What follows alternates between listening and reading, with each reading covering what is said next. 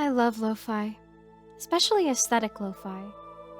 You know, those intricately named aesthetic playlists all over YouTube meant to make you feel like you're in a jazz cafe, a fairy library, a deep-sea fantasy cave. I always felt like those playlists really transported me to those places, you know? Like I could go to sleep and just be there. It became my routine to play lo-fi just before bed. I'd be journaling about my day, washing my face, even doing some chores, all while listening to my favorite playlists. I don't exaggerate when I say lo-fi is a lifesaver. It always gave me a sense of inspiration, serenity, motivation. With lo-fi, I could feel like a princess being admired from afar, even though I was just a sweaty retail worker for most of the day. I loved feeling special, like I was a royal in some other world. One night, I kind of got my wish. I had listened to that exact type of lo-fi playlist, a princess in another world sort of one, and when I lay down to sleep, I dreamt that I was in a gorgeous golden dress with an incredible crown made of opals. I was elegantly walking through gardens, snacking on the finest ambrosia. When I woke up, I was almost distressed. It had seemed so real. I desperately clung back to my bed, hoping to fall asleep and resume the pleasant dream.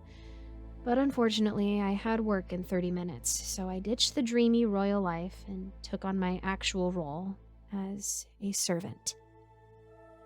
After a particularly trying day, I once again put on the same princess lo-fi playlist as I fell asleep. My dream that night was even more vivid, one where I was now taking tea in a sunny atrium filled with other well-dressed people that occasionally came up to me saying, "Welcome back," or "We've missed you."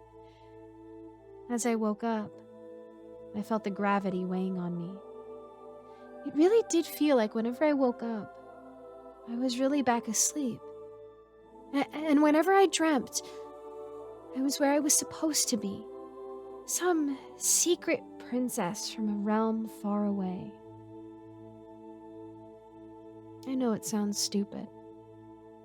I really did think it was odd that these dreams had become so vivid. I decided to experiment that night and play a different lo-fi playlist.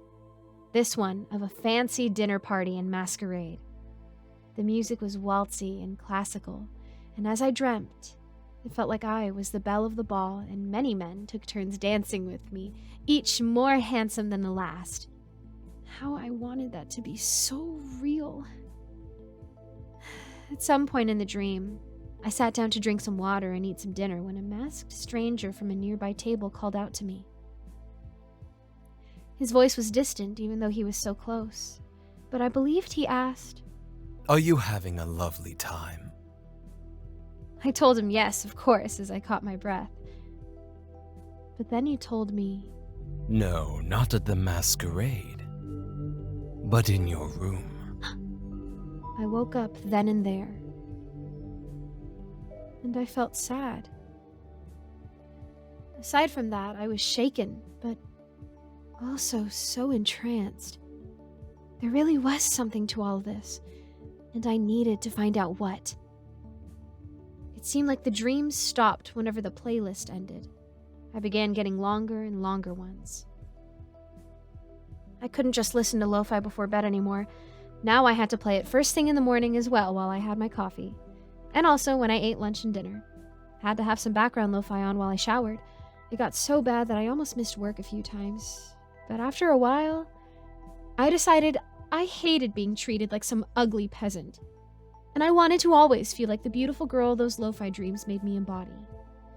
I wanted to spend all the time I could asleep.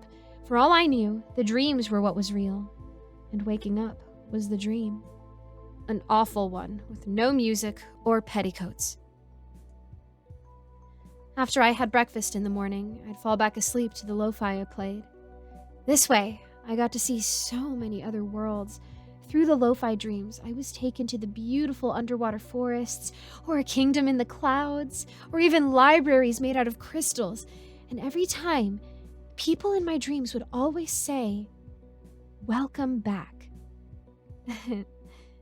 including that handsome stranger from the masquerade. He was becoming a more frequent visitation now, and ever since he'd removed his mask, I'd always been quite taken with him. Always well-dressed, suave, and apparently interested in me.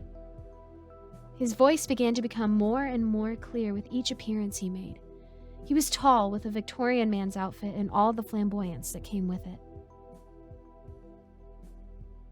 I began to fall in love with him.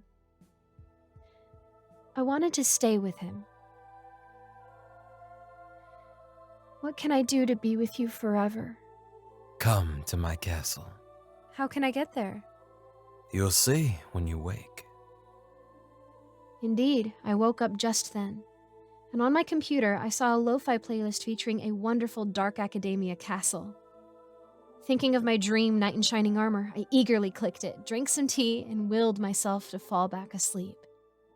Soon enough, I was there with him in this amazing castle. The music that followed through all my dreams was beautiful as always, but this time there was an air of eeriness. I wasn't too put off from that, but I did notice gargoyles and darker colors in the palace, which was completely different from all my past pastel-colored dreams. This is your castle?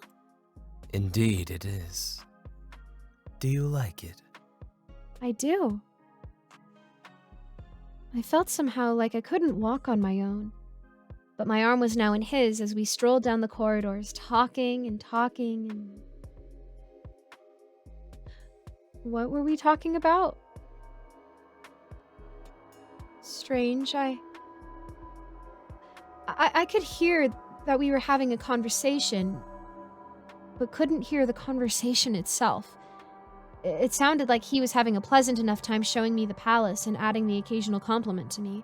And on the other hand, it sounded like I kept going back and forth between sounding excited and romantic and unsure and unsettled. Did you mean what you said about being with me forever? I do, I said, snapping out of whatever weird phase I'd been in, and back into my own brain. Could you pour me a glass of water? Or perhaps I just need a walk outside. What's wrong with my castle? Oh, it's nothing. I just feel so strange all of a sudden. Well, I hate to distress you, but there is no way outside. What? You wanted to stay with me forever, and I wanted to keep you forever. Now, we both get what we want. I wasn't quite sure what to make of it, but I unlocked my arm from his and went to the window. The music played on, but as I looked outside, I could see nothing. It dawned on me that the playlist I'd selected must not have fit with the outdoors. I couldn't even see sky or trees or any light at all. Come to think of it, the lighting inside was dim, and as the shadows danced across my host's face, they almost painted him as if he were hungry. I think I should leave. Oh, what happened to wanting to stay with me forever? I'll come back, I lied.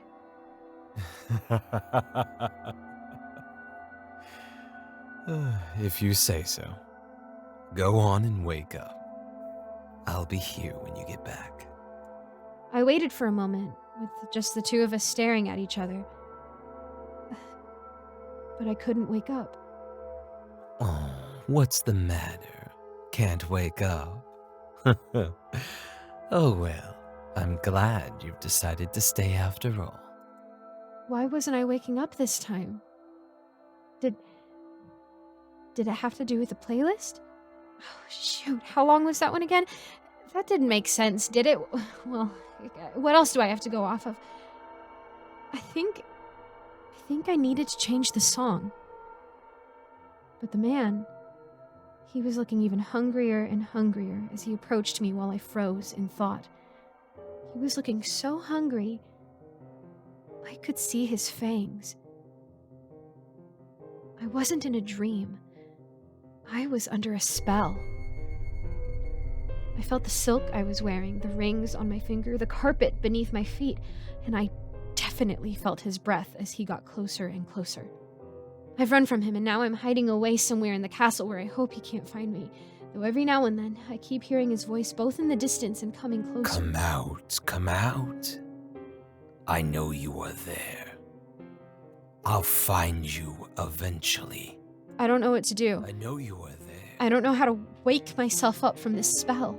I'll find you. I don't think I'll survive the night. Eventually. Please, someone, please turn off the lo-fi playlist. Or change the video, or just shut it all off. I don't know. Just, please. Wake me up.